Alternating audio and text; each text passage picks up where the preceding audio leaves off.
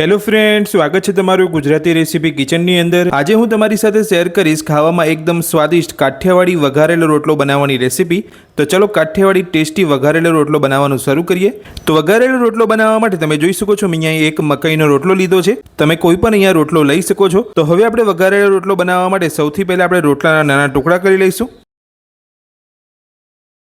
તમે જોઈ શકો છો આપણે અહીંયા રોટલાના નાના ટુકડા કરી લીધા છે। તો હવે વઘારેલો રોટલો બનાવવા માટે તમે જોઈ શકો છો મેં અહીંયા ગેસ ઉપર એક કઢાઈ રાખી છે। તો કઢાઈની અંદર સૌથી પહેલા 2 ચમચી તેલ ગરમ કરીશું।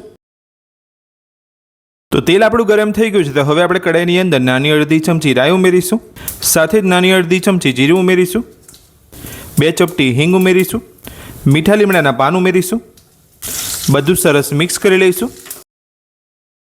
બધું જ મિક્સ કરી લીધા પછી હવે આપણે કઢાઈની અંદર ઝીણી સમારેલી ડુંગળી ઉમેરીશું। ડુંગળી ઉમેરી લીધા પછી બધું સરસ મિક્સ કરી લઈશું અને ગેસની મીડિયમ ફ્લેમ પર આ રીતે હલાવતા જઈ અને ડુંગળીને સાતળી લઈશું।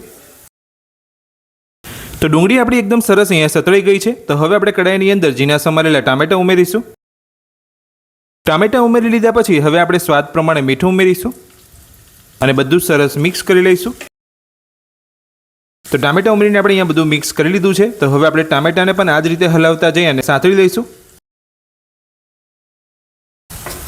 તો ટામેટા એકદમ સરસ આપણા સતળાઈ ગયા છે। તો હવે આપણે કઢાઈની અંદર 2 ચપટી હળદર પાવડર ઉમેરીશું, સાથે જ નાની અડધી ચમચી ધાણા જીરું પાવડર ઉમેરીશું, અડધી ચમચી તીખું મરચું ઉમેરીશું, બધું જ મિક્સ કરી લઈશું। તો બધું જ આપણે અહીંયા સરસ મિક્સ કરી લીધું છે અને આપણા મસાલા એકદમ સરસ અહીંયા સતળાઈ ગયા છે। તો હવે આપણે કઢાઈની અંદર જે રોટલાના ટુકડા કરીને રાખ્યા છે તે ઉમેરી લઈશું।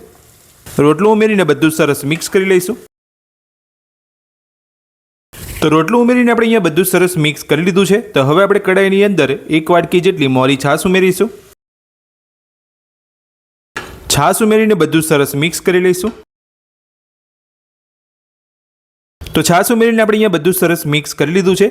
તો હવે આપણે રોટલાને ગેસની મીડિયમ ફ્લેમ પર 2 થી 3 મિનિટ માટે ઢાંકીને થવા દઈશું। તો રોટલાને ઢાંકી અહીંયા 2 થી 3 મિનિટ જેટલો સમય થઈ ગયો છે। તો હવે આપણે ચેક કરી લઈશું।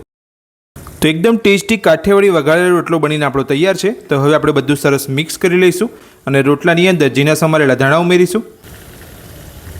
ધાણા ઉમેરીને બધું સરસ મિક્સ કરી લઈશું અને ગેસને બંધ કરી દઈશું। તો દાણા ઉમેરીને આપણે અહીંયા બધું સરસ મિક્સ કરી લીધું છે। તો હવે આપણે વઘારેલા રોટલાને સર્વ કરી લઈશું। તો કાઠિયાવાડી એકદમ ટેસ્ટી વઘારેલો રોટલો બનીને આપણો તૈયાર છે ને આપણે એક પ્લેટની અંદર સર્વ પણ કરી લીધો છે। તો આ કાઠિયાવાડી ટેસ્ટી વઘારેલો રોટલો બનાવવાની રેસીપી તમને મારી કેવી લાગી મને કોમેન્ટ બોક્સની અંદર કોમેન્ટ કરીને જરૂરથી જણાવજો। આજની રેસીપી પસંદ આવી હોય તો વિડીયોને લાઇક કરજો અને આ જ રીતની નવી રેસીપી મેળવવા માટે ચેનલને સબસ્ક્રાઇબ કરી રાખજો। Thank you.